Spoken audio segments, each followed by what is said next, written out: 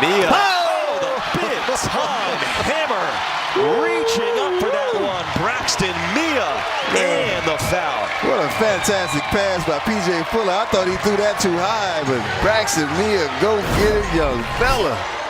Oh, check this out. Athletic 7-footers, ladies and gentlemen. Throw it high, let it fly, and let him go get it. Yeah, he's one of those players where, dare you to throw it too high for me. And that was just absolutely gorgeous. Great pass by P.J. Fuller. You can tell that they worked on this in practice. We've seen Keon Minifield throw a few lobs. The P.J. Fuller's getting in on that. Make it look easy. Yeah, he certainly did. Came here because of his connection to Coach Quincy Pondexter. Yeah, it's more than a connection. I think Quincy's sister adopted Braxton Mia, which I was surprised to learn, and stayed with his sister for his last 2 years of high school. Yes, sir. Played for Quincy's AAU program. So, yeah. We're going to have actually, his sister, I think, is going to be here Thursday. We might have more on that later in the week.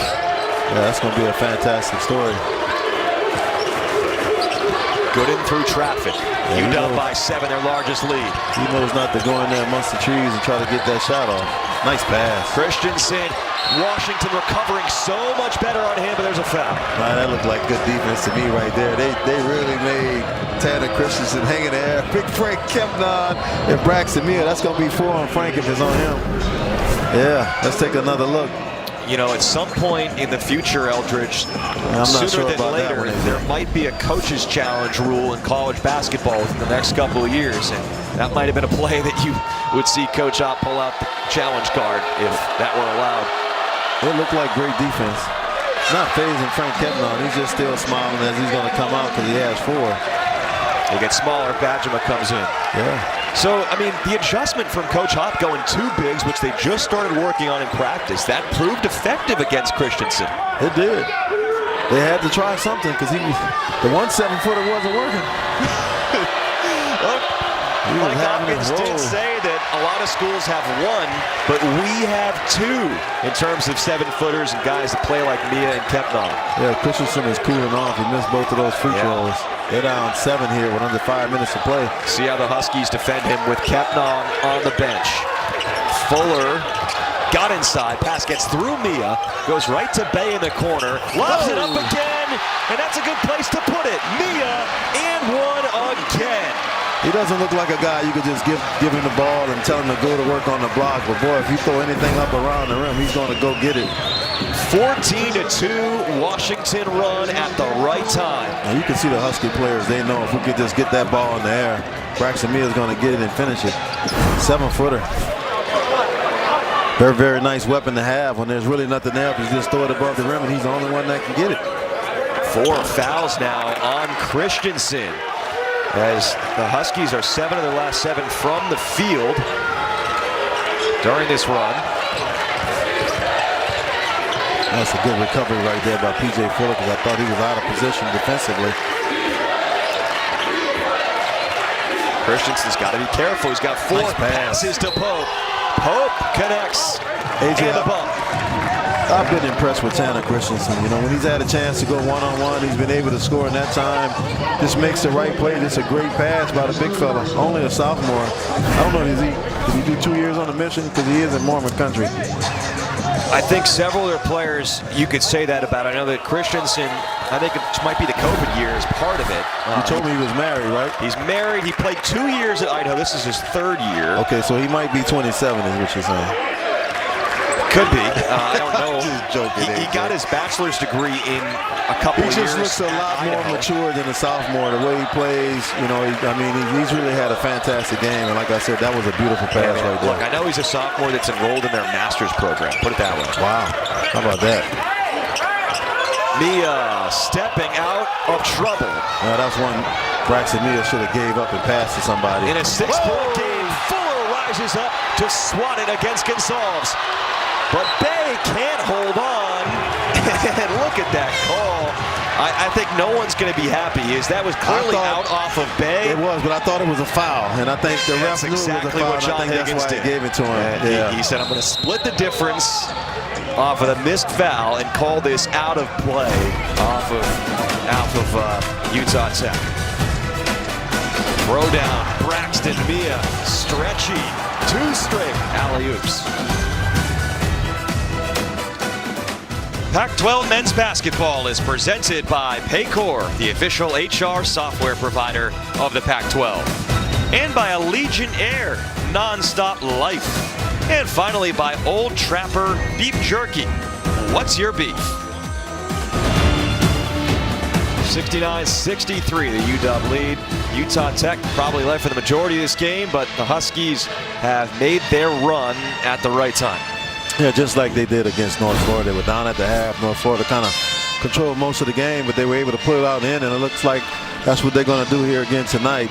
Valuable experience for the young players. You know, Keon Minifield, Corin Johnson, you know, some of the young guys for Washington. And then it's giving other guys a chance to play too. You know, we talked about playing with foul trouble. Braxton Mia and Frank Kepnon, I think, have done a good job of that here in the second half. They have. They just had to sit Kepnon with a 4. He stays on the bench. Utah Tech is forced to have 2 starters out there with 4. Christensen, his career-high 26 with the 4 personals, and Bancel leader in his mid-range game, 4 personal fouls. And for the first time, we see a little 3/4 court trap here from Utah Tech. Looked like they were just trying to slow Washington down a little bit, make them use a little bit of that shot clock, but the Huskies, you can see, are content to let as much time run off as possible. Huskies can hold on. It'll be the first 3-0 start in the Mike Hopkins era. P.J. Fuller into traffic. That pass deflected back to him. With the clock running down, Minifield has just enough time to make a 3. I'm telling you, he's going to be special, AJ. He can get to the cup off the bounce. He can shoot the 3 ball. He can pass. Keon Minifield, ladies and gentlemen, is going to be a star in this league. No doubt about it. He surpasses his 21 in the previous game. He's got 24 on 4 or 6 from 3. Good in foul line, too. On only 13 shots. That's the most impressive thing about it. Yeah, because he needed 21 shots last time to get 21. Much more efficient today. He looks happy to be off the ball. I mean, I'm watching the way he's running down the court because he's not handling the rock, so you can tell he loves scoring. Well, I think that's why he might fit with Corin Johnson. Yeah, you're right. He wants to score again, and he'll get to the free throw line. I'm telling you, he has a little Allen Iverson in him. He can get buckets. He gets fouled. He just gets free so easy. I mean, the way he's able to get into the lane and get shots, he's making it look easy. It is not easy, ladies and gentlemen, to get off good, clean looks like that. And this little fella's just so quick, as we see him right here again, knocking down the 3 ball. Coach Hopkins said his attitude is neutral. He doesn't get too up or too down. He has a neutral disposition. I mean, what a find for Mike Hopkins and his staff. I don't know who was responsible for getting him all the way from Flint, Michigan, but he's a huge get for the Huskies because he wasn't on anybody's radar nationally. After leading EYBL in scoring, it kind of mind-boggling to me because that young kid can play, man. 135, they did say. He was 135 pounds when he came, which I'm assuming scared some people, but that has nothing to do with your ability to play. The old John Havlicek quote, or no, Kevin McHale should say for the Celtics, asking about his post moves. He's like, look, I don't spend any time lifting weights in the gym. I work on my post moves. I work on my game. They say Keon Minifield's game said 170, but I'm not buying that. Ain't no way he gained 35 pounds in the time he's been here, but he still looks like he's about $145 to me. I'm sure they'll help him put on some more, but it's not the most important thing. The most important thing is, especially if you're a guard, quickness and putting the ball in the hole. Well, he doesn't look weak either. At the shot clock, and Gonzalez missed it. Good effort by Jamal Bay, but turns into an extra possession for the Trailblazers. Yeah, Gonzalez just hasn't been able to find it from distance here tonight. He's had a lot of open looks, just can't knock him down. Yeah, no, Gonzalez is normally an important player for them. Lehigh, Utah native, but has struggled today, as you said, 0 for 5. Yeah, Cameron Gooden hasn't been able to get it going either. The only guys had some success is Christensen and Bancel Letter. Their offensive board. Pope, what a ball fake. Levitates and throws a wild one up. You're talking about winning a guard matchup. If you're a guy like Keon Minifield and then Fuller as well, who has double-figure points, to put up good numbers in their own right and then totally limit what the Utah Tech guards have done. I think that's made the difference in the game. You see the Huskies here. They're going to just try to take as much time off the clock as they can. Not give Utah Tech too many possessions. It's smart, use all the time, and Manyfield gets toward the rim, throws up a tough one. He's a little bit slow to get up. Gooden draws two, leader for three, pops out. Manyfield still shaking up. Hurt. They're going to have to call the timeout and sub him out. He's trying to shake it off. Mike Hobson is telling him to shake it off. I'm not taking it out. Mike's not taking him out. Hobson's not taking him out, AJ. He's got to shake this bad boy off. I use a timeout. Cramp or what? Yeah, they didn't want to use a timeout. Turns into a foul on Pope, and now Manyfield can, I think, wouldn't you want to sub him out here? He's not subbing him out. He's trying to win this game. You can see something is really bothering him on that left side of his leg. I don't know if he's cramping up or took a knee or something. No, grabbing the hammy, he might be cramping up a little bit. This is a 1-and-1, so if they're not going to sub here, then they're leaving him in. They're not subbing. He's not coming out of the game. Fuller missed the front end, gives Utah Tech a little bit of left. But you can see he's not moving good. Oh, Utah Tech is taking too much time. They got to try to get up a three here. They're down 9. Gooden driving kick. It's Christensen. Not there. That big fella got off to the great start, and I'll say the first part of the second half as well, but the last 10 minutes he's been really quiet.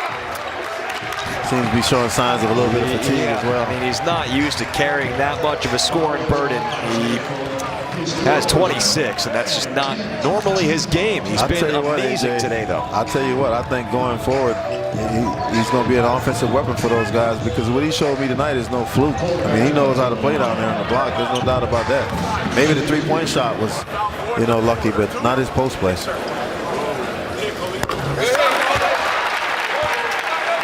Tanner Christensen will be a force in the WAC. 6'10", 280.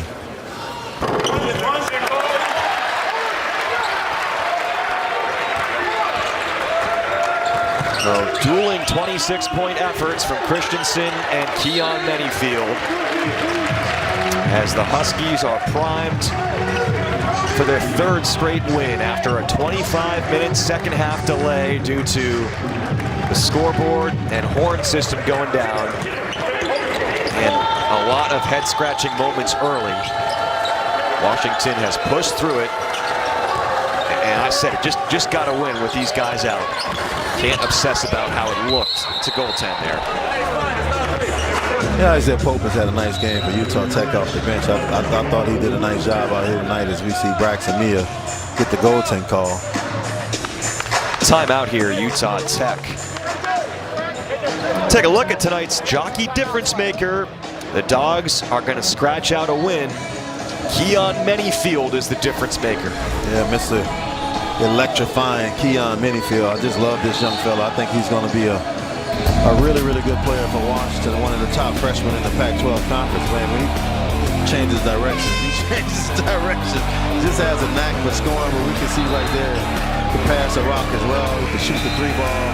Keon Manyfield, ladies and gentlemen, is going to be a star for the Washington Huskies. I'll give you a stat, Eldridge, that we haven't talked about yet with him. 40. He's played all 40 minutes. Wow, how about that? I didn't realize that, yeah. He wasn't in the plans to be a starter, but I think he's going to change Mike Hopkins' plans because, 2 games back-to-back, a freshman is leading you in scoring and showing that he belongs out on the floor. So somebody's going to get bumped. I don't know who it is, but somebody's going to get bumped. I can't see him coming back off the bench once Noah Williams and Keon Brooks are back. Utah Tech pressuring, but not fouling. Nice pass. They're going to soar here. Why not? With 3.1 left. Utah Tech was playing defense. Yeah, nice vision by Corn Johnson.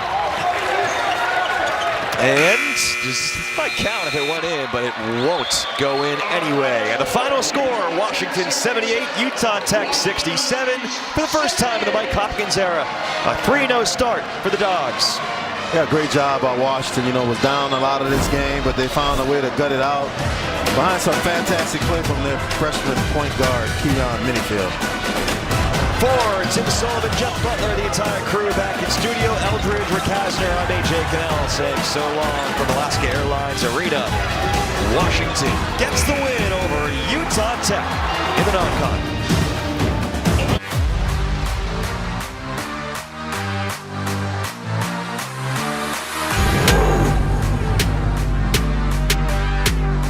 I'm Mick Cronin, head coach for UCLA men's basketball, and you're watching the Pac-12 Network.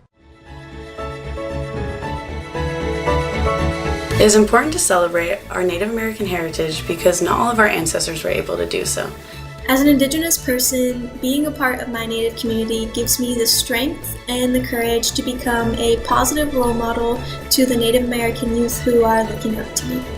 Being able to share that part of my history, my heritage, it means a whole lot to me because it's opening the conversation to, well, what should we be teaching in school? What should we be doing to make others feel included and not so excluded? I celebrate my Native American identity by participating in cultural events such as powwows, canoe practices, song and dance sessions, and potlucks. Being able to acknowledge and celebrate gives our people the chance to celebrate our culture with each other and with people around the world.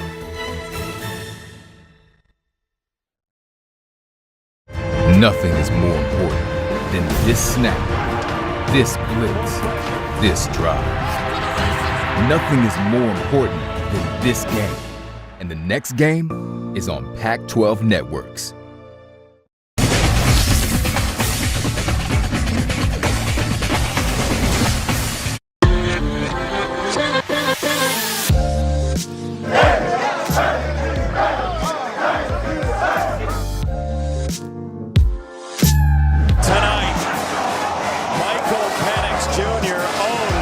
Pacific Northwest.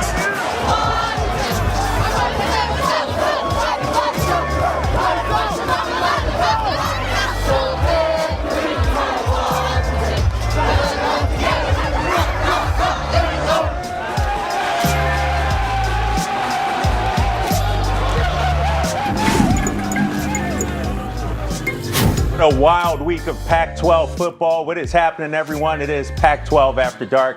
Kyle Draper, Shane Vereen, Max Brown, and I tell you what, guys, we had a little bit of everything. We had jubilation, and we had heartbreak as well. And we're going to start right away with the biggest game of the week. Two top 25 squads going at it. Kalen DeBoer and number 25 Washington heading to Eugene to take on Dan Lanning and number 6 Oregon. And Bo Nix, this guy, ever since that Georgia game, he has been on fire. To Dante Thornton for a touchdown. Oregon on top, 17-13 in the third. Now Ducks down by 3. Noah Whittington, Shane, calls his number right here at 29 yards. Look at him go. Off me and then show the speed, get the knees up, finish with 6. That made it 24-20 after that 29-yard touchdown run. Washington down 24-20. But I tell you what, Max, Michael Penix Jr., this guy has an arm, the lefty, a rope to Jalen Polk for a TD. The third quarter, both sides are like, all right, enough of this just small ball defensive action. We're going to open it up and showcase two of the best quarterbacks in college football. Yeah, that made it 27-24. Same score right now. Knicks. This time, how do you wind up wide open now right here? Troy Franklin. Football. Yeah, defense optional. Yeah, he's been practicing that since, what, 3rd grade probably during recess, like you said, Max. Man, Franklin hauling that one in 5 catches, 139 yards, 1 touchdown. Penix, maybe his only mistake of the day right here. Don't do it. Throw it away. Throw it to some Duck fan. Yeah, not a Duck player.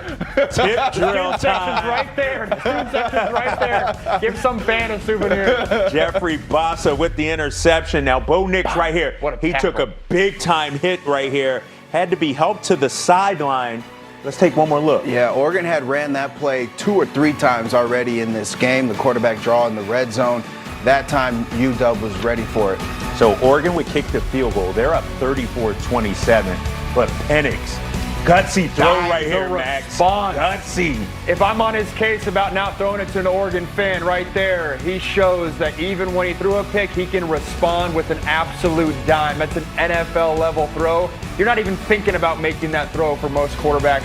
Michael Penix in crunch time makes it happen. Penix to Taj Davis ties it up at 34. Ty Thompson coming in for Oregon. Bo Nix, he wanted to stay in the game. Remember, he had to be helped off a little bit, but you see him on the sideline. He wanted to stay in. Yeah. Instead, Whittington, big play right here. 4th and 1, loses his footing, so Oregon would turn the ball over. Washington ball at the Oregon 33-yard line. The ensuing possession now, Washington, they will march down Peyton Henry. Remember 4 years ago, guys, in this very stadium, Henry had a chance to win the game. Oh, that's got to be in the back of your mind. That's got to be in the front of your mind right now. It had to be on his mind, but he has a shot at redemption here. Back to this game on Saturday. Henry, 43 yards out for the lead. Ice in his veins. In enemy territory. Got it. He had the goofy false start, too, early on in the game. Yeah, so you're right. Credit him. Yeah, he bounced back in a big way, hitting that one 37-34. Nix does come back in, but by that time, 1 second on the clock, last chance for the Ducks. Their college football playoff hopes coming up just short right there. And UW goes into Eugene, and they get the win. 37-34 is your final score. Nix, 280 pass yards, 2 passing touchdowns, and a rushing touchdown. But, man, it is not enough because Michael Penix Jr. just totally took over this game. 408 yards, had the 2 scores, and you see Jalen Polk's numbers as well. So Washington pulling off the upset. Let's toss to the Roadshow crew, Ashley, Nigel, and Nick, with 2 special guests. Well, the dust has settled here at Autzen Stadium on a night that Kalen DeBoer and Peyton Henry are going to remember for a very long time. Gentlemen, congratulations. I guess my first question is, tell me what that locker room was just like. Madness. Oh, yeah. Sounds crazy. Madness, craziness. Man, I'm so proud of these guys. They deserve it. They've been through a lot, and they've hung together, and tonight was offense, defense, and this guy right here, doing some great things. Peyton, I think if you look up the word redemption in a dictionary, there will now be a picture of your face. When you go back 4 years ago and then how you ended tonight, did any of that run through your mind, or were you just locked in? And how does it feel knowing that it came full circle and it finished the way it did? Yeah, just kind of be locked in on each kick. Don't think about anything in the past or the present. Just focus on that one rep, going in there and just doing my job. So, yeah, it was just great feeling to help the team win tonight, and just awesome feeling. Coach DeBoer, great win. My question is, how did things, change so quickly from last year? I know you weren't there last year, but what changed? What was different? Well, I think that there was a great foundation. There's talented players and high character guys that just needed to be all pushed in the same direction, they wanted it, and they were welcome the entire staff with open arms, and just took to everything that we taught every single day. And we added a few little pieces here and there to what the roster was before, and those guys are all playing a role in some form or fashion. And it's just cool seeing these guys all bond together and keep believing. And one of those little pieces seems to be Michael Penix. That little piece has been pretty good. Yeah, he's a big one. He's a big piece to it. So proud of him. He's just been through so much over many years. I can't say he's over emotional in there, but it's just one of those things where. I know what he's been through. I know why he came here, and seeing him, respond to what happened with the interception and come back and make one of the biggest throws, down the sideline.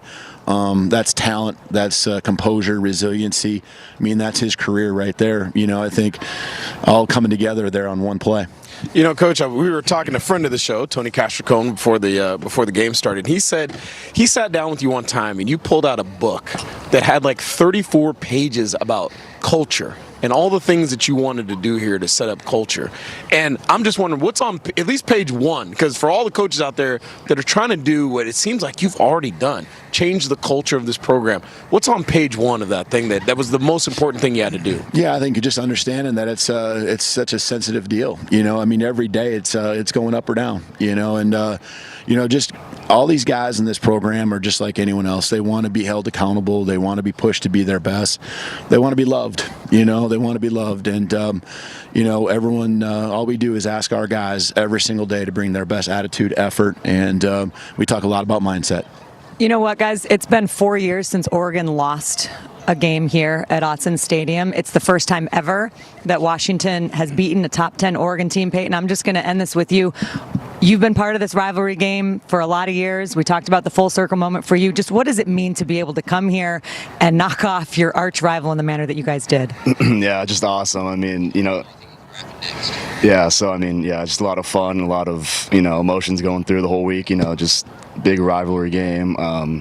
So I think we just handled the crowd well, came out and just, defense played well, offense played well, responded to adversity. And I think, that's what our whole season's been about. So it was just an awesome win tonight. That 1-0 mindset. I've heard about it. Yep.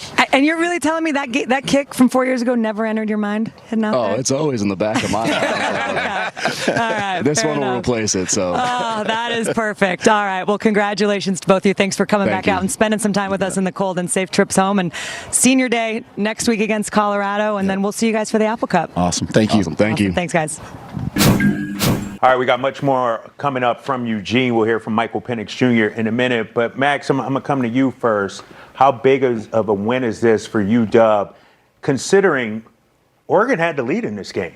They were up. Oregon was throwing haymakers, but Penix and Washington, they answered back time and time again. They did, and you really felt that just watching the game. Every time the momentum was on Oregon's side, I felt like Washington either scored or responded or kept it close, didn't allow Oregon to go away. But the thing that sticks out to me, if you did pick this upset, and there were not many people that did, but if you did so because you saw a weaker Oregon secondary and one of the best, if not the best, passing attack in Washington. That was the matchup people were watching in, and it ultimately came to fruition for the Huskies in terms of that passing attack being at full force. And Shane, we're looking at Penix just pick apart this Oregon defense. No, absolutely. I mean, he's been surgical this entire season. I think all but one game he's gone over 300 yards passing. There's a reason why he's leading the nation in passing, and it's throws like that, throws that other quarterbacks wouldn't even think about making. But not only does he make the throws, but he puts them in position to make catches and to advance the ball. And then I was just kind of curious about some of the decisions Oregon made. 3rd and 1. You're Oregon. You can run the football extremely well. Washington does not stop the run very well, and instead of just lining up and running it, you're trying to trick the defense, and then you're going for an onside kick that wasn't necessarily needed at that point in the game. 4th and 1.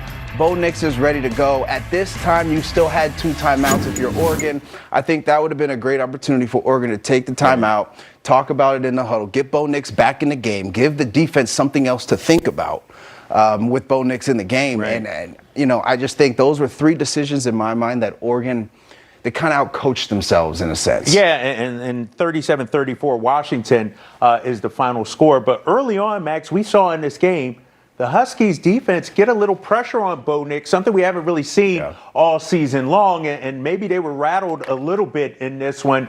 Just tell me about Washington's defense early on in that first half especially. Well, it's a good point because we hadn't seen Oregon's offensive line give up any sacks, and Bo Nix known for getting the ball out of his hands quickly. But we have seen the Husky edge rushers, Braylon Trice, ZTF, those guys be active. If the Washington defense has not been necessarily elite, it hasn't been DBU like sometimes we're talking about for the Huskies, but there has been edge rushers, and at times today, maybe if it didn't show up in the stat sheet, you felt like Bo Nix felt those guys in the edge, and they did enough to at least impact there. Don't get me wrong, Bo Nix still had some stats, and it was an offensive shootout, but especially late in the game, there were some scenarios there where the Husky did enough to at least get off the field. You know what's been interesting about this season is we've talked about how good all the offenses are, right? And so if you're a defense, this year, defenses in the Pac-12, you don't necessarily have to dominate. You just need to get more stops than the other defense. Right. It's not going to be, we're not going to shut teams out. We're not going to limit the passing, but we just need to have a couple more stops than our opponent. And that, I think, was the difference in this ball game and the difference in a couple of other unfortunate games we're going to talk about tonight. Yeah, coming up in a minute, guys. We're going to talk about the college football playoff and now what does that mean for Oregon and then their chances. But, man, we got the Crosstown Showdown next week. USC handled their business on Friday. Could UCLA do the same Saturday? And plus, they might still be celebrating down there at the Palouse. WSU, Wazoo going bowling. And was this the game of the year? That's right, Washington, Oregon. We'll take a look at it coming up after this timeout.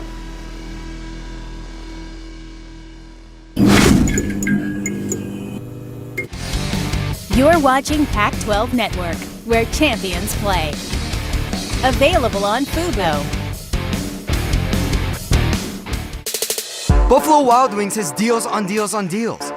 Like buy one, get one half off Wing Tuesdays, buy one, get one free boneless Thursdays, and wing bundles from $9.99. Order now at BuffaloWildWings.com. Do you hear that beautiful sound? That is the sound of the world's simplest back pain relief. The Chirp Wheel Plus. Get yours at GoChirp.com. At Homelight, we asked, could real estate be better? Yes. We've combined knowledgeable humans with innovative tech to build modern solutions that are fast, simple, and free. Start today at Homelight.com. Here's something every parent, human parent, squirrel parent, can relate to. Time goes by fast.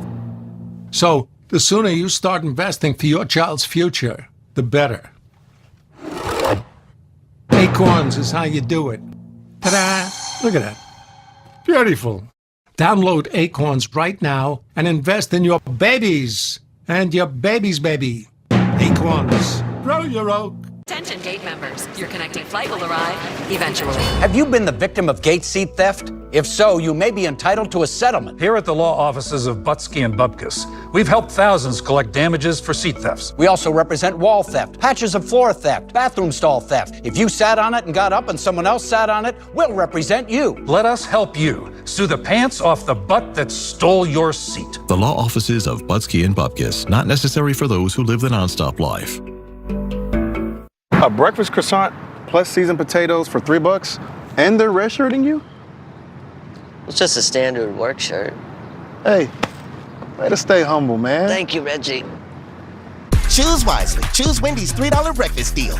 All right, here's the nightcap. Saturday night, Chip Kelly and number 12 UCLA taking on Jed Fish in Arizona. Jaden DeLara, we know what this guy can do. He always buys time, extends plays right here, Max. Look at him scramble 22 yards to Michael Wiley for a touchdown. It's like when you're playing with Michael Vick in video games, just running around there in the backfield. But we've seen Michael Wiley, and Arizona's offense is a new level when Wiley's involved in the pass game, not just the run game. Yeah, how about Hudson Habermill? Keeping his feet up, took the hit, 51 yards for a touchdown. We're tied at 14. Now DeLara, what'd I tell you? Buying Here we time. go again. Yep, with his feet right there, a 3-yard touchdown.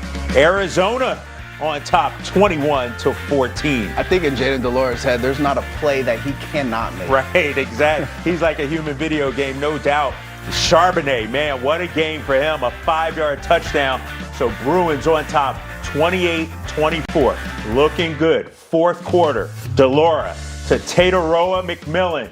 The true freshman. Woo, that was a laser right there. 17 yards.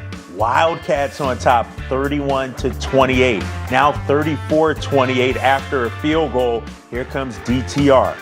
Couple of shots at the end zone. This time, Bobo, he got it, right? He got it. Oh! Just a little bit. Fellas, what happened here? It's a game of inches. It's a game of inches. DTR and DTR thought he had one. On the run. Just led him a little bit too much. Great effort by Bobo. All right, so that is the final. I mentioned heartbreak and jubilation. Heartbreak for the Bruins, jubilation for the Wildcats. Let's take a look at some of the final numbers as DTR and the Bruins fall 34-28. DeLara throwing for 315 yards. See DTR's numbers. Charbonnet, a monster game, but it is not enough. And now let's talk about this UCLA Bruins squad. They had a chance, Max. Their college football playoff hopes still alive, obviously, before this game. Now you got to wonder what went wrong for Chip Kelly's squad. Yeah, and it's funny because it's similar to the Oregon UW upset dynamic in that when you came into this UCLA-Arizona game, What was the one matchup you're focusing on? A weaker UCLA secondary against an Arizona passing attack that's been doing this all year long. Like, this is nothing new of Jaden DeLora running back there and Tayroa McMillan making all those plays. Arizona's been doing that. It's their defense that was able to get stops. And one of those stats that sticks out to me is Jaden DeLora, no turnovers. Wow. And when Arizona is, losing ball games and not being able to score points, it's obviously when Jaden DeLora has the turnovers that we did not see tonight, which was good for the Wildcats. Yeah, I like to joke around and call Jaden DeLora a wild boy because what makes him so special at times can be the detriment to himself as far as turnovers are concerned. But when he's able to use his feet, when you cannot corral him and keep him in the pocket, defenses are going to have a very long day. When I look back at this game, one, I see UCLA not ready to go at kickoff. They go down 14-0. UCLA loves to run the football. They threw the ball for 39 times, only rushed it for 37 times. You fact check me, but I'm pretty sure that's the first game this season where they've thrown the ball more than they have ran the ball. And what that tells me is that they're behind. This UCLA is a much better team when they're playing from ahead. They're not made like the Penixes and the UWs that we have in this conference that can come from behind. When they play from ahead and they're able to lean on Charbonnet, lean on DTR in the run game, they're a much more efficient offense. Yeah, they had 400 yards rushing last week. Obviously, Max, where do they go from here? Because obviously, the college football playoff is out of the question. Where does UCLA go right now? I mean, they go to their arch rivals. I mean, the crosstown showdown, and I think for them, they gotta look at the stat sheet and realize, all right, we're still running the rock very well. And USC, has struggled at times to defend the run. I still think for them, in terms of the conference championship, the appearance in Vegas, that's still in front of them. So still a ton to play for UCLA, but don't get it twisted. Tonight was an absolute heartache. You can't lose that game. You can't have. We were talking about a little bit beforehand, is this a trap game? And we said no, because we said, hey, the conference knows about Jaden DeLora, but maybe there was some of that of looking ahead to next week for obviously a star-studded showdown. Yeah, tough loss, no doubt. 34-28, UCLA falling to Arizona. USC, meanwhile, they take on UCLA next week, and the Trojans handled their business. They did what they were supposed to do. Caleb Williams, I'll tell you what, this guy's got to be in the Heisman Trophy conversation, taking on Colorado Friday night. Here he is, a 2-yard run. It was 3-2 at this point, now make it 9-3. Later in the quarter, Travis Dye, man, this guy has been so good throughout his career. A 4-yard run, but he injures himself, had to be carted off the field. Season-ending injury, Shane. Tough to see this guy go down. No, it's very tough. He is the heartbeat of that team, not just the offense, but the team, a leader, a captain, Mr. Consistent, and this is a big loss for USC. All right, here's Williams this time. A little shovel pass to Austin Jones, a 12-yard no, actually, this is a longer run here. Yeah. You know what helps when you lose a player like Travis Dye? Everybody else stepping up, all the other athletes taking over and getting the ball and getting the job done. Yeah, Taj Washington with the touchdown, and now 34-10. Here's that shovel pass I was talking about. Austin Jones, a 12-yard score. SC goes on to win by the final of 55-17. So they handled their business. They did what they were supposed to do. Caleb Williams, man, 5 total touchdowns. You see the rushing game, it was on point. But now they don't have Dye the rest of the season. Max up. The Trojans, as it stands right now, the class of the conference. What do you think about them right now? They are, and we'll get into that. I think the top really 5 teams are all bunched in there. It's kind of every single week you're not really sure who that top team is. But at the end of the day, USC, they got Caleb Williams. When you have Caleb Williams, you always have a shot when that offense is out there. And we've seen the past few weeks of, hey, reserves are showing up, and he's got so many different weapons that you can't just key in on one guy. I mean, we've gone through a whole show, and we haven't even talked about Jordan Addison, the reigning Blitnikoff Award winner. So there's no shortage of weapons. To me, it's all about the defense for USC. They should get Eric Gentry back next week, which is vital for that defense. And can they be opportunistic enough to come up with a few stops and slow down DTR and Zach Charbonnet and come up with enough stops? It's the key. Yeah, what I'm impressed with, especially with Caleb Williams, and his name better be up for the Heisman. I mean, so many total touchdowns, 37, 38 total touchdowns to just 2 picks.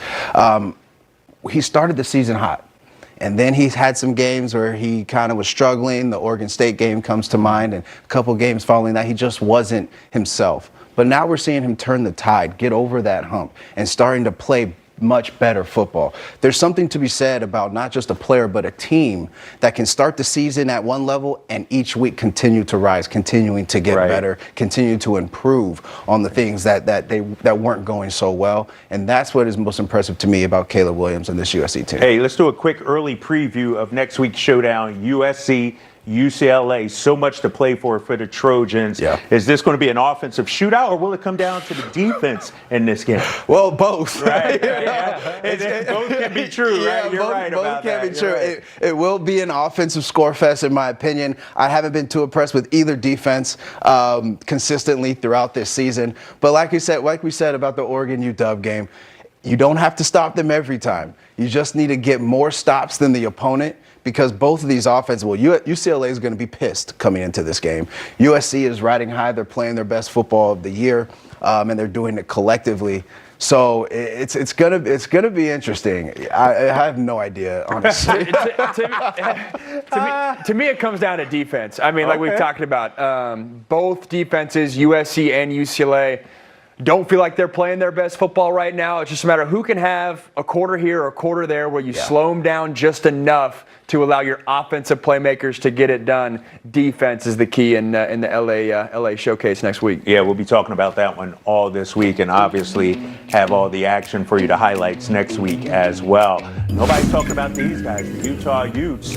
They still have an outside shot at making it to the football championship game. Plus, I told you, they were still there. I'm telling you, they're still going. Kodak Dicker at this hour. I got to see Kalen DeBoer's moves. Right. We'll be back. More Pac-12 After Dark. Roy and Debbie retired, then had to face a volatile market. Worried that their retirement may not last, they contacted their personal capital advisor. They used our free retirement planner, which showed them their chances of retirement success, so that they can make the right decisions about their future and be ready for whatever the market may bring. Download the free app, then talk to an advisor for a complimentary review of your portfolio. Start today at personalcapital.com. I was thinking that you and I could come to a little arrangement. What you call a team up.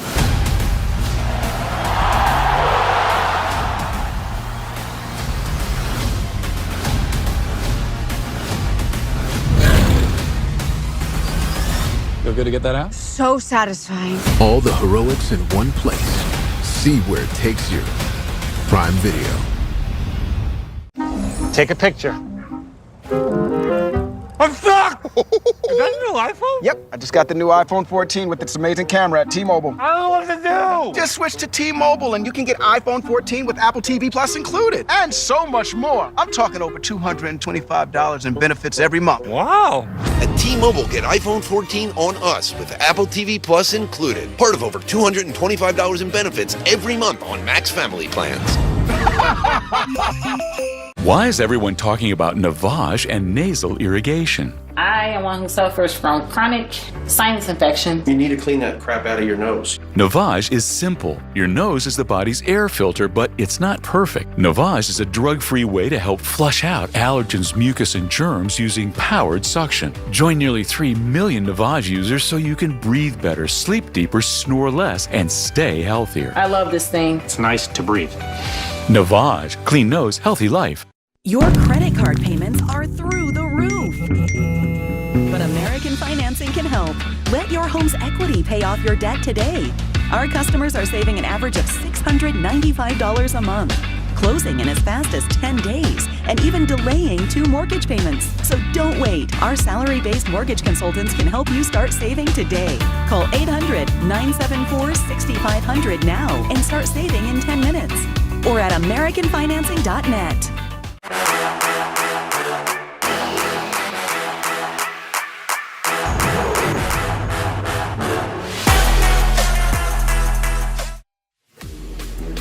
All right, welcome back to Pac-12 After Dark. Kyle Whittingham and number 13 Utah at home against Davis Shaw and Stanford. Utah, they are unbeatable at home. They've won 13 straight home games. Tanner McKee keeping it himself, a 1-yard touchdown. Stanford on top 7-0, so maybe an early sign of an upset.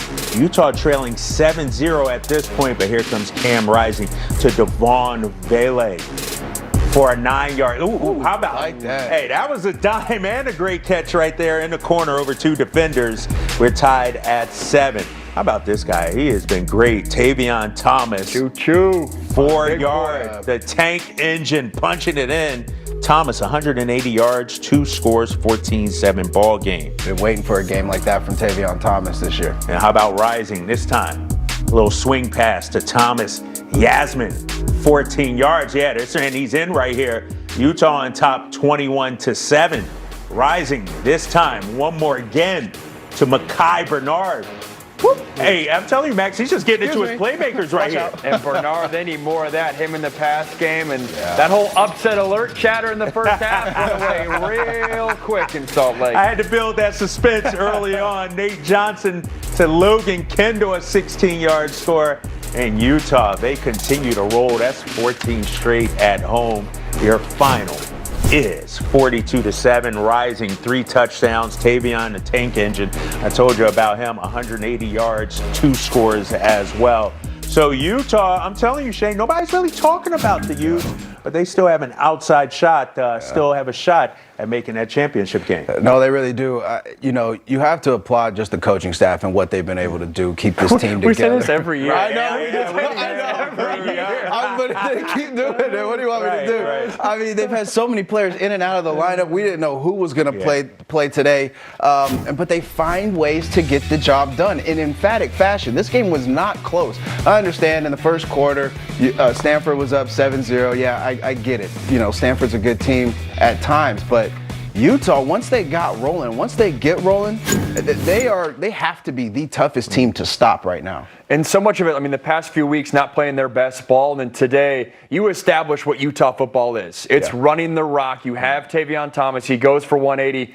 And to me, moving forward, an X factor is Devon Vele. He got the 1 touchdown today with Brant Kuithe being out. And that's not a new story. He's been out for a month now. But I think you need other guys to step up. Devon Vele is one of those guys. Played a lot of football for Utah. It's catches here or there. But especially looking ahead to Oregon, he needs to come up with a few of those big catches for the Utes to come away victorious. And I also think that's why it's so important that Tavion Thomas has such a big game today. He has been somewhat quiet. For his standard, he's been quiet this season up until this game today. And if you're gonna have your bell cow, the guy that you really want to get the ball to, you want him to play his best football, not in the beginning of the season, but right now. Yeah, exactly. I'll tell you what, guys, this stat right here, the magic number for the Utes, 40 points, 53-2 when they score 40 or more points under Whittingham, including 5-0 this season. Hey, give it up for Jake Dickert and the Washington State Cougars. They are going bowling after beating Arizona State at home. You talk about a bell cow, a guy they turn to a lot, Shane. Nakia Watson, a 2-yard touchdown, big day for him. Nakia Watson has been showing up last week, showing up this week. I hope they continue to ride him to victory. And it's been valuable, too, because Cam Ward hasn't been necessarily playing his best football, and so it's all good. Just hand the rock off and let him do his thing. Yeah, that one to Leighton Smithson, 13-0. But how about Trenton Bourget? Oh, my gosh. Shaw Smith-Wade says, give me that. Smith-Wade's been playing good this year. He's popped on film multiple weeks, and Bourget was playing some good football the past couple of weeks for the Sun Devils, getting the nod the past few weeks, but went up to Pullman, little different animal. Yeah, exactly. And then Watson, this one from 5 yards out. Cougars on top, 21-0 at this point. 3rd and goal now. There's that man again. Watson, 3 touchdowns, 116 yards rushing. And Washington State, they pick up their 6th win of the season. 28-18 is your final score. You see some of the numbers right there. Henley, 10 tackles, a game high. Jake Dickert and company still celebrating in that locker room. They're going bowling.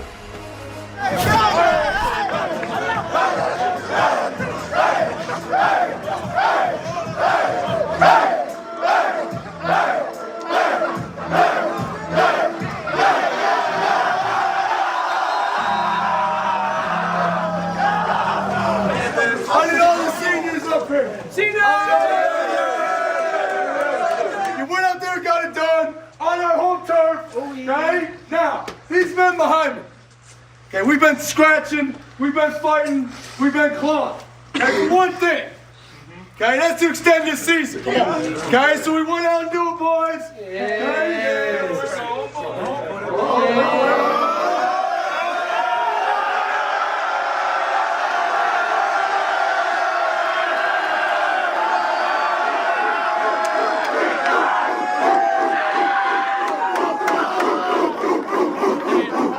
These seniors, okay, every full season they've played, they've taken this program to a bowl game.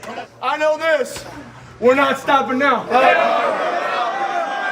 a lot more out there. Right? There's going to be another target next week. Oh, yeah. We're going to go get it. Beat that ass. Celebrate this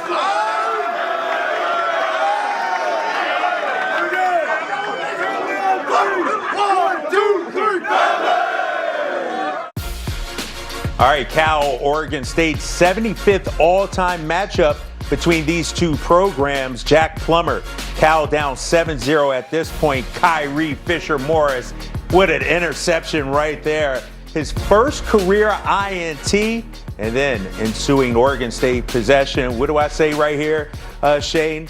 Not Jam Griffin. Whoa, Jam Griffin. 5 yards for a score, 14-0 at this point. Cal down 14-0, punting right here, 4th and 7. Ooh, nearly blocked. Might have actually been better if it was blocked because Anthony Gould, I'm telling you, this dude turned on the Jets. Look at him, cut back 55 yards for a score. Beavers Second rolling. one of the year. Yes, sir. Beavers rolling. That made it 21-0 at this point. Second score, Oregon State ball. Let me clear my throat right here. Jeremiah Irby picks up the Damian Martinez fumble. We got to take one more look here. This is Cal just trying to get back in this game. Yeah, that's right. Being opportunistic on defense, just not enough as a team.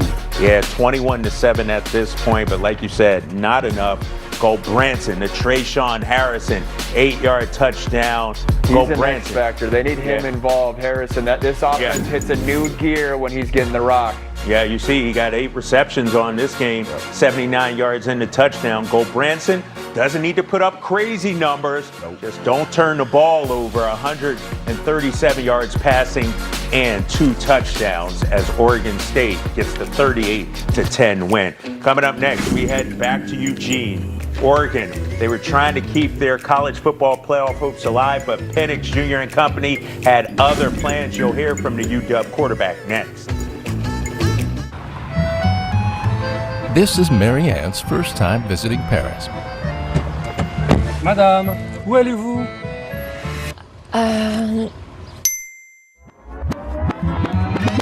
Before Marianne packed her bags, before she attempted her first sentence in French, before she completed her first 15-minute lesson, Yes. she downloaded Babbel. Babbel helped unlock her lifelong dream of learning French. She started speaking in just 3 weeks. So when it came time to tell the cab driver to take her to the Hotel Pierre, J'aimerais aller à l'Hôtel Pierre. Oh, c'est très bien. J'espère que votre voyage s'est bien passé. 150 language experts and educators designed Babbel to be the most efficient and effective way to learn a new language. Babbel focuses on natural conversation. You'll remember what you learn, and you can speak and pronounce with confidence. Start speaking a new language in 3 weeks. Try it for free at Babbel.com.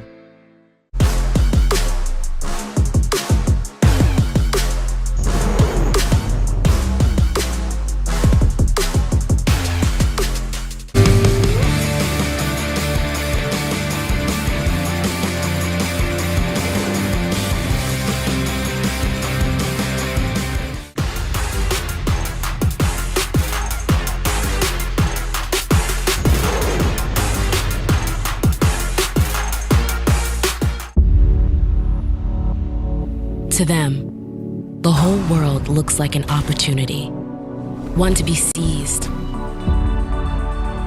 built upon, and made better for their sport and the people around it. To student athletes, every opportunity is a chance to change what could be and show the world what opportunity can do. In my world, numbers are everything. But my most important stat, my sleep quality. The new Climate 360 smart bed actively cools, warms, then effortlessly responds to me. Smart sleepers get 28 minutes more restful sleep a night. Game-changing sleep, only from Sleep Number. At HomeLight, we asked, could real estate be better? Yes. Our modern solutions replace stress and risk with simplicity and certainty, so you can move forward with confidence in days, not months. Start today at homelight.com. Time for our 76 fan-fueled moment, and we got to go to Eugene. Peyton Henry. My man. The road to redemption. It took him 4 years, fellas. For him. But he got it back.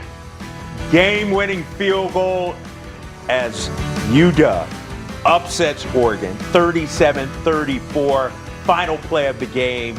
Bo Nix comes up just short. And this was a game everybody was paying attention to, even some WNBA legends. Kelsey Plum, star at UW, treating Sabrina Ionescu. You good? Checking on you in the dubs. Kelsey Plum coming for a score. I love it. Hey, Sabrina, y'all's first win since 2017. This is cute. Kelsey, all you got to do is say scoreboard, right? Your squad got the W. All right, let's get more from this game. Head back to Eugene. Here's Ashley, Nick, and Nigel with Michael Penix Jr. Just another day at the office for Michael Penix Jr. Congratulations, Mike. That was unbelievable to watch. It was like the second half, just both offenses sort of took off. Walk me through that last touchdown drive. Taj Davis, the only catch of the game. And what did you see? Was it busted coverage here? Walk me through that last touchdown. Yeah, no, so it wasn't a busted coverage. You know, actually they tried to go into like a little cover 2 shell. You know, they tried to squat the corner. Number 0 squatted, and they tried to send this nickel over top to play the number 2. The nickel, they don't really play post the deep safety, so he didn't really get over there like he should have. And, you know, I knew I had a hole shot, so I took advantage of it. I've seen guys throw the hole shot. I don't think I've seen a whole lot of guys throw the whole shot to the field on the sideline. The arm talent is amazing. By the way, 26-35, 408 yards passing, 2 touchdowns. Kind of an average night for you, though. I mean, to be honest, the things that you're doing week after week after week, and the thing seems to me that you're actually getting better with the receivers. At this point, you know, what is your focus week after week that's seeing your level of play increase?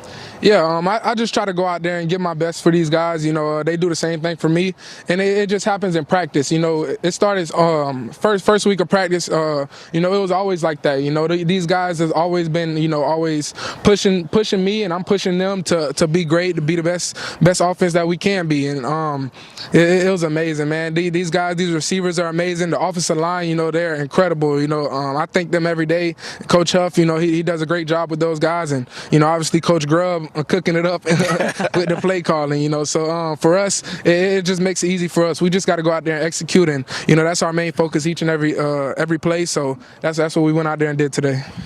Michael, you've gone through a lot, you know, since you made the transition to Washington. You've hung in there 10 games. Basically, you've thrown for over 300 yards every game. What's the difference between Michael Penix this year, and you were really good early in your career? I know that. What's changed, if anything?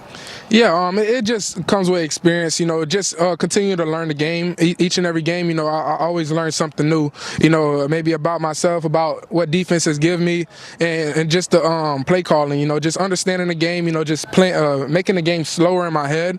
You know, when I get out there, I feel like it's just practice, you know, it's just pitch and catch for my receivers and myself. You know, I know I got an offensive line that's going to hold up for me and give me time to make big-time throws, and those receivers are going to go catch the ball all the time. You know, Coach Shep actually called them takers. You know, they go up there and take the ball. You know, actually one play, Jalen McMillan today, you know, he had a deep ball, and you know, it was like a little contested catch, and you know, he took the ball. You know, and Coach was like, that's what takers are. Ultimate right? taker. That's the ultimate. That's actually what he said. That's the ultimate taker right there. You know, it's just the work ethic these guys put in, and you know, the great coaching that we get each and every day. You know, Michael, real quick before we end, I remember you came on the scene, at least in my mind, with the diving a touchdown against Penn State when you were at Indiana, and then you go into the Horseshoe and you have an unbelievable performance there. How do you rank this win and this moment with some of the huge moments that you had before you came here? Yeah, this one is definitely top all of those. I'm a dog. I'm blessed to be a dog, and coming here was definitely a blessing. I knew that I came here, I'll have an opportunity to do great things. With this coaching staff, with this offense, and my teammates. But yeah, this game is definitely number one. It was an amazing game, and we fought all the way to the end, all 4 quarters, and it just felt good to get that win. Well, I think you understood. You've only been here a year, but I think you understand exactly what this rivalry means to the fan base. So I know you're going to get a warm welcome back in Seattle. Safe travels home, and congratulations on a big win. Thank you. Go Dogs. There you go. All right, let's take a look at the up-to-date Pac-12 standings after Week 11. You see USC still leads the way. Oregon, Utah. We got 3 one-loss conference teams. And Shane, when you look at this, 5 teams ranked in the top 25. Yeah. I think what we learned this week, and we pretty much learn it every week, you can get beat anytime. Any given Saturday. Any given Saturday. This is not the ACC where there's one clear favorite, one team that's better. We're not the Big Ten where there's 2 clear favorites, the Big 12 where there's TCU's running the table. This is the Pac-12, and we have 5 very good teams in this conference. And because of that, we're going to beat each other up. And because of that, you have to show up every single Saturday. That passion that we saw DTR with when they beat UW earlier this season, the passion when Cam Rising against USC. You have to come with that passion each and every weekend, or you're going to get beat. That's just how good this conference is. That's just how great they're playing right now. Each team in this conference, if you go back and look at the film from week 1 from all these teams, and now look at the film from what we just saw, I understand that there were some upsets, but just the level of play is so much better than when the season started, and that's what you want. But I just feel like it's gotten so much better in this conference. That's why I'm so proud to be a part of it. It's tough to call, though. Now. Right. You know what I mean? It's want very CFP action, yeah, right? Yeah. Where does that stand, Max? You say CFP. Is it just USC or bust right now? That's what it looks like, and it's crazy just thinking that a team that was 4-8 last year, the turnaround that SC has had and called 11 months, credit Lincoln Riley, that they're, where our focus is in terms of CFP. But to Shane's point about just where this conference is, and I'll stick on the Trojans here. I mean, Caleb Williams, obviously him coming out west has been a huge reason, and they're going to have to shore up the defense, but they have the test that late. They have UCLA, Notre Dame, and then a conference championship game should they beat the Bruins. But to Shane's point about the depth of this conference, if USC is one storyline there, Arizona as well coming up with a win. That was a bad football team last year. That was a bad football team. Right. This year, it's a very good offense. It's not just, they had a good game this week. They've been showing it every single week, and it speaks to just how all the teams in our conference have rose up. Even a team like Stanford has an NFL quarterback. Even a Cal team, we've talked about the offensive weapons they have. I'm not saying they're going to be world beaters, but when you have them on your roster, you got to show up or you can get beat. Right. All right, guys, let's get to our player of the week. It's the Nextiva Performance Award. Max, I'm going to give it to you first. Yeah, I'm going to go out on a limb here and say Michael Penix. You had the first pick. I was going to take Penix. I had the first pick, and maybe that's fitting because in the past weeks, you would not have taken Michael Penix as your first quarterback in this conference, but he showed out why he's going to be right in the thick of NFL conversations, and I loved how he responded in this game. He throws a pick. He comes back and says, you know what, I still got confidence. I'm gonna ball out. And Tavion Thomas, my performance award winner, he is back, at least for tonight.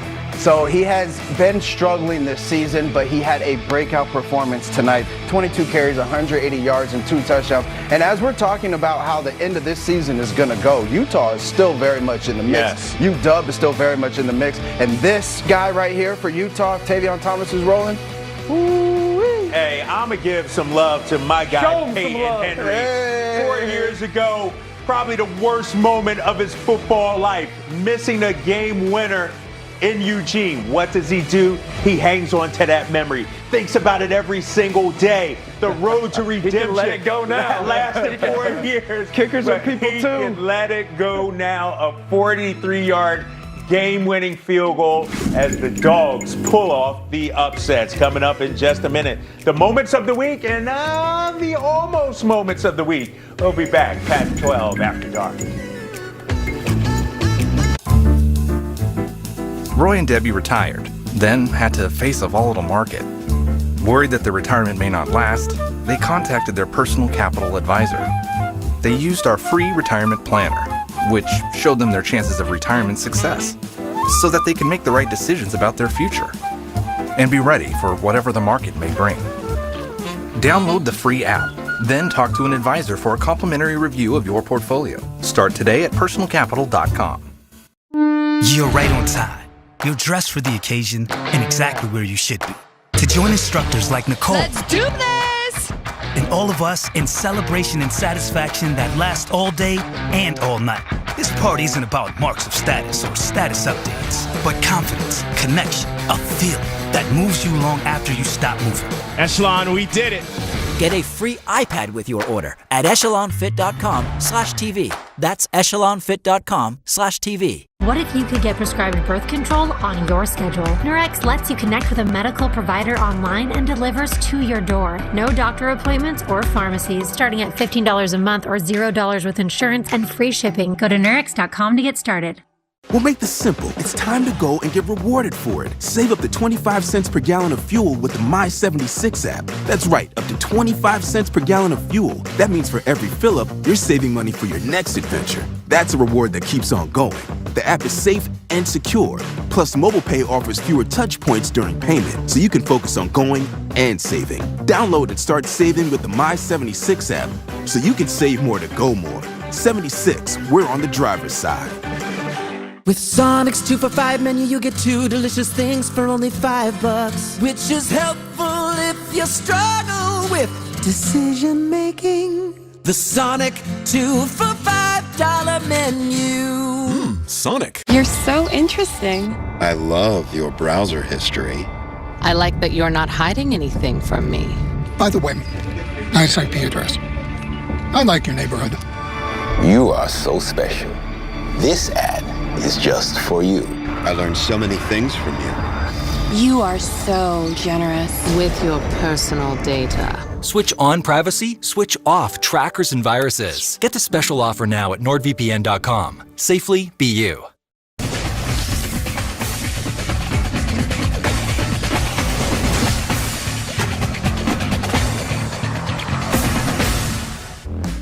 Touchdowns for Equality, presented by Pacific Premier Bank and Paycor continues. Each partner is donating $100 for every touchdown scored by a Pac-12 team this season, which makes each touchdown worth $200. All proceeds will be donated to the United Negro College Fund and National Urban League. So far, $97,000 Money has been raised. Exactly. Let's get to our moments of the week, guys. And Oregon State, Cal, first quarter. Jack Colletto. Hey, Max, you got to be impressed with this arm, big fella. To Anthony Gould, a 37-yard gain. Colletto may be a linebacker, fullback now, but once upon a time, look at that dime. He's got the QB in him still. And he can pass. Yes, second largest completion of his career. Later, standing in this game, Gould, we saw him with the reception. Wow. And then watch this right here, guys. Yeah. It's like he hit the X button, the B button right here all of a sudden. He is gone. 55-yard touchdown, his second punt return touchdown this season. That was kind of nice. I like that, Sally. That was well done. And how about this? Jalen McMillan. What they call this one? A taker? A taker. He's a taker right here from Christian Gonzalez, a 34-yard gain. McMillan went over 100 yards for the third time in his career. Our moments of the week. All right, let's take a look at next week's schedule. A full slate of games. Oh my gosh. Big week. Washington State at Arizona. Oregon State at Arizona. Stanford at Cal. USC, UCLA, Colorado at Washington. Utah at Oregon. So many games. big-time playoff implications. Max, I'll start with you. Let's talk about that crosstown showdown, USC, UCLA. What's one thing you're looking for from that game? Looking at the defenses, I know what I'm getting with the offenses. For UCLA, I'm getting Charbonnet. For USC, I'm getting a full dose of Caleb Williams. But which defense can show out? USC, they should get Eric Gentry back, or at least I would think they do. And then UCLA, how do they respond after getting beat up by the Wildcats? Because Jaden Delora is one thing, and he does his thing behind the pocket. But Caleb Williams is that on steroids, so get ready, Bruins. All right, let's talk about Utah and Oregon, a bounce-back game for the Ducks coming up here. Shane, what are you looking for that? I'm going to pay specific attention to the coaching in this game. We have Dan Lanning, first-time head coach, a lot of success in his first season, but Kyle Whittingham, the most tenured coach, I want to say. But if he's not the best coach in the conference, he might be the best coach in the nation. Wow. He's that good of a head coach. So I'm going to look for the adjustments. I'm going to look for how do you adjust to Cam Rising? How are you going to stop Tavion Thomas? And if you do, how do you handle Vele? How do you handle Kincaid defensively? There were some decisions that I didn't agree with personally from Dan Lanning. I think he would like to have three of those plays back from the game today. And so just see how Oregon comes back. How does Oregon respond as well? Yeah. I think a lot of responses after tough losses directly from the coach. Yeah, exactly. Colorado, Washington, you didn't think that would be a big game, but here you are. If you're Washington, Max, you're coming off a big win. You got the Apple Cup coming up in a couple of weeks. This is a big game for the Huskies. Yeah, and if a sign of great coaching is how you respond to adversity, another sign of great coaching is how do you respond when you have extreme success as well? And I think that's going to be the thing for the Huskies is do you play down to the level of Colorado or do you show out offensively like you've done all year? For Colorado, I know it hasn't been pretty, but the one bright spot against USC, Alex Fontenot, their best offensive player, at least one of them back healthy, got over the 100-yard mark, got a touchdown there, so maybe there's some action there. But at the end of the day, I'd expect the Huskies to win, and I'd expect Michael Penix to have another big day. Shane, we got Washington State, Arizona, two teams coming off big wins. Yeah, two teams coming off big wins. Originally, I was thinking, how is Washington State's defense going to come back after two great weeks of football for the defense for Washington State? I'm also going to look to see Nakia Watson.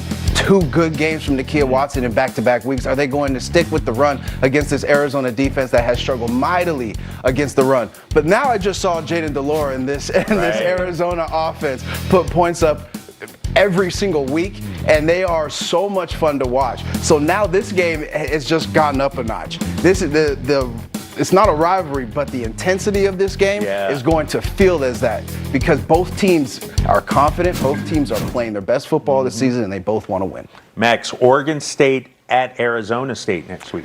When Arizona State's been at their best, it's when they're getting their receiver Elijah Badger involved, and you're playing up against an Oregon State secondary that's been very good all season. They've been getting after opponents. So to me, both backup quarterbacks potentially in there, guys that started the season as backups. So that matchup out wide of Oregon State secondary versus the ASU receivers front of mind for me.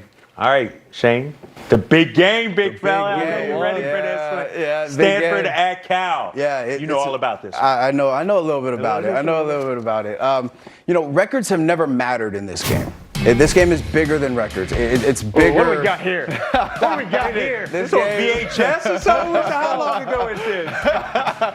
We could have scrubbed it up, man. At least throw some little HD in there. I don't know about why. That was an 09 big game, very special. But like I said, this game has never mattered about record. It's mattered about pride. It's all about who wants it more. It's going to be physical. It's going to be tough. I hope the Cal fans and the Cal alum and the Cal faithful show up in Berkeley next week. I know I'll be there. Okay. And I'm just looking forward to a nice, I think it's like 150th or something, 125th. Matchup. 125th matchup in the big game, as well as 60 years from the play. So 60-year anniversary of the play. So there's still a lot to play for both of these teams. I'm looking at the defensive lines. I think for both teams, that's maybe the weakness of their teams in terms of being thin and vulnerable there. And you have Jaden Ott, who didn't get going today. Maybe that's the way that Cal gets involved. But whichever defensive line can come up with the most TFLs and be in the backfield and stay active, that's the team that's ultimately going to be victorious. All right, producer extraordinaire Dave Arnold said in my ear, 40th anniversary. 40th of anniversary. The big play. Thank you. Yeah, the play. Exactly. That's what happens Yeah, when you start getting old like us, man. You know, time flies. So, my last question. How did they find Betamax video of you playing football, bro? I'm in the archives, baby. Come on now. I know. It wasn't that long ago. But, well, I had hair, so it was quite some time ago. Exactly. It was a day of celebration, a day of heartbreak, some jubilation, and just another weekend in Pac-12 football, guys. Great stuff as always. Don't forget, a full slate of games next Saturday. All 12 Pac-12 teams in action. For Shane and Max, I'm Kyle. We'll see you next week.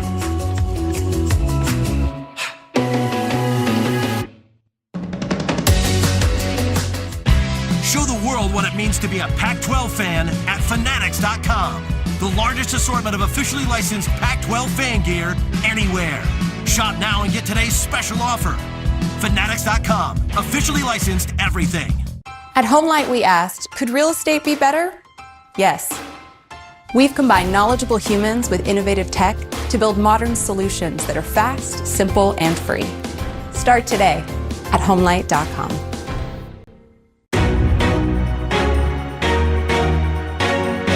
Well, I believe Title IX was one of the most critical pieces of legislation in our history. It's really done a lot, not just for, college athletics, but I think for life.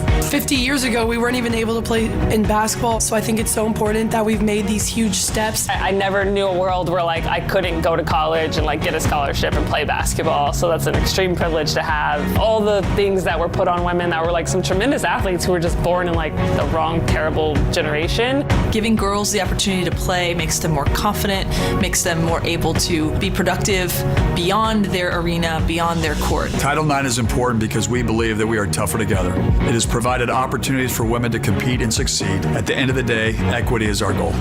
It gave me an opportunity, open doors that I didn't even know existed. It's just amazing to see where we are today and still how far we need to continue to go.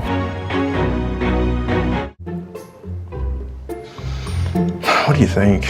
I think you're going to talk to American Financing.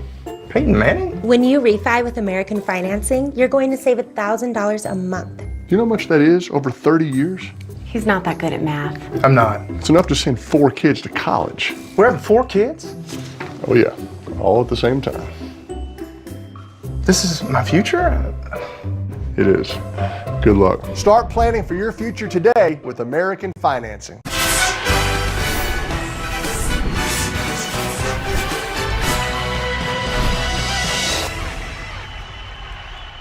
What's better than some Pac-12 after dark here at the historic Rose Bowl? UCLA is rolling 8-1, 12 in the country in the CFP ranks, and they welcome in a hungry, young, fresh Arizona Wildcats team coming in at 3-6. The Pac-12 is still very much up for grabs. That Oregon-Washington game is still ongoing. We're waiting on the eventual result there. USC took care of business yesterday against Colorado.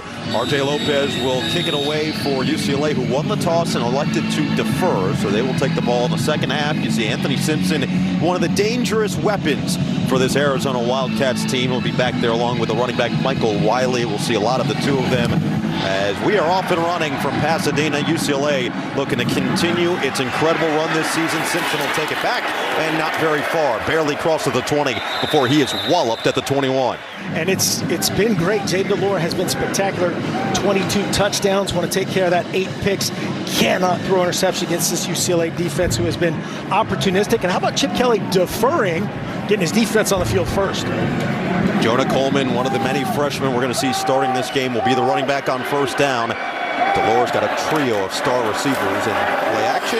First catch, it's going to be Cowan, his number one go-to guy. You see the speed, you see the elusiveness for a first down and more, and a gain of 14. Jalen Davies finally catches up. Cowing has been spectacular on the perimeter, as you said, a very talented group. Jordan Morgan, arguably the best tackle in the business. Wendell Moe, now in their starting left guard, who's a freshman, supplanted Josh Donovan. And then also watch Teteroa McMillan, the spectacular one-handed grab against Utah. This is going to be Speedy Luke, another talented freshman who missed some time earlier this year with a high ankle sprain, but they've got a lot of promise and a lot of belief in what this young man's capable of. Hey, that one misfires, looking for his tight end Tanner McLaughlin, and it's going to be 3rd and 7.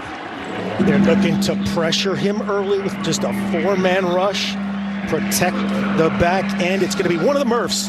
That's what Coach Kelly calls these guys. I love that, by the way. I'm glad he admitted it, too. It's not Gray or Gabe. It's just Murph. They're both Murph. And Darius Muasau has been spectacular at the middle backer. Then Jalen Davies starting tonight for an injured Devin Kirkwood. Arizona's going to put their running back Michael Wiley in the slot here on a 3rd and 7. Put him in motion. Delora surveys. Delora finds Wiley, trying to make something happen in space and can't. Gang tackled at the 39. It's going to set up 4th down. So Logan Loya is going to be back to receive this punt from Kyle Ostendorp, who has pinned 7 different punts inside the 20, only 2 touchbacks on the season. Gets away a good one. Fair catch is called for and made just in front of the 15 by Loya, and that is why he just makes sure his offense has enough breathing room because of that man right there. Number 1 in blue, Dorian Thompson-Robinson, who is nearing all sorts of program records. We saw exactly what he's done over the course of the year, and especially last week when we were in Tempe. And how about this? Now, officially number 1 in program history in career starts, passing Cade McNown with the 45 today. Broke a record by jogging on the field. That's kind of how his career been of late. No doubt about that. Line drive kick right there to Loya. That was a get our offense on the field. Fair catch. And a welcome back to Zach Charbonnet. Did not play last week after being a late scratch. He will not get the first carry. Instead, it's going to be DTR with the keep. And he'll run out of bounds just shy of the 20 as Prysock catches up to him on the outside. But Charbonnet, I mean, you talk about DTR and what he's done. The Michigan transfer has been every bit as spectacular. 100-plus yards in his last 7 Pac-12 games. And he's just so hard to tackle. He's so hard to bring down. He's going to break through every arm tackle in front of him. Man rush. 2nd and medium. Thompson-Robinson. This is where he's dangerous to the outside, backing up, and no space, shoved out of bounds. Been 964 yards on the season. UCLA 54% on 3rd down, dump it to Charbonnet, and he is going to be ushered to the sideline out of bounds, right back to the line of scrimmage, and now looks like a 3rd and out, and 3 and out for UCLA, just the same as the Wildcats. Jamari Joyner back to receive this one from Nicholas Barbiera, the kicker and punter extraordinaire. Line drive, fair caught at the 44-yard line. Michael Wiley, the running back, and he's got the carry on 1st down. Finds the hole, keeps the legs churning, and is spun down across the 50, down at the 48. One of the toughest places to play, certainly in the conference, but maybe even in the country. Wiley gets the pitch, and he explodes forward for 1st down yardage across the 45. Just neutralizes his speed, his ability to be the guy in space instead of him versus a tackle. Delora on 1st down, right over the middle. Cowing again, spinning away from one tackler and diving forward. First, close to the 1st down. It's going to be a 9-yard gain to set up 2nd and short. Early carry, Wiley fights forward. Looks like he's maybe a few inches shy. It should set up 3rd and short as Sykes chops him down. DJ Williams, the big back, 6'2", 225 in there on 3rd and short. Pitch it to him. Williams gets to the outside, 1st down and more down the sideline. And he is chopped down across the 15 by Osling. Big gain on 3rd down. If you're an offensive player, you better be going out there trying to score. If you're a defensive player, you better be going out there trying to get a takeaway or 2. Handoff. Oh, right up the gut. Michael Wiley straight into the end zone for the Arizona touchdown. What a play design. The play off the jet sweep, the pitch, and then the little cross buck kick out by big 72.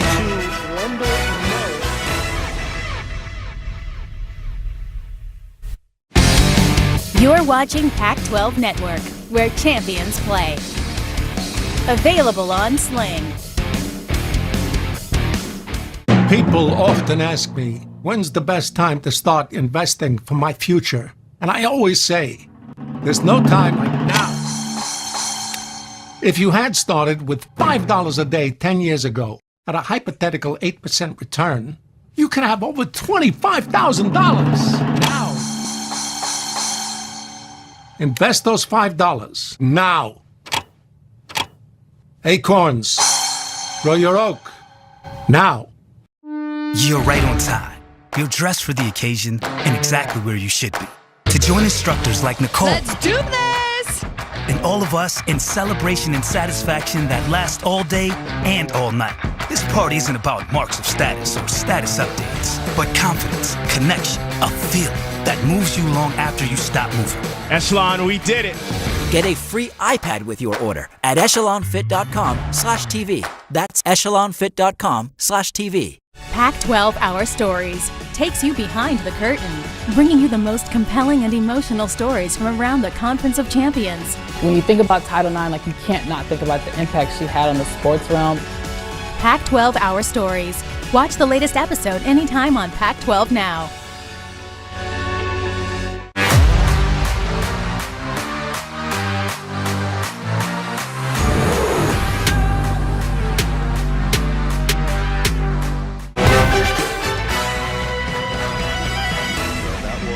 A 3-and-out forced by UCLA, a 3-and-out forced by Arizona, and then a long drive in response from that Arizona offense that has been quite explosive at times, capped off by a run by Michael Wiley. He's Tegan Jones on the return. He was questionable coming in, flagged down on this return, and he is dumped at the 19.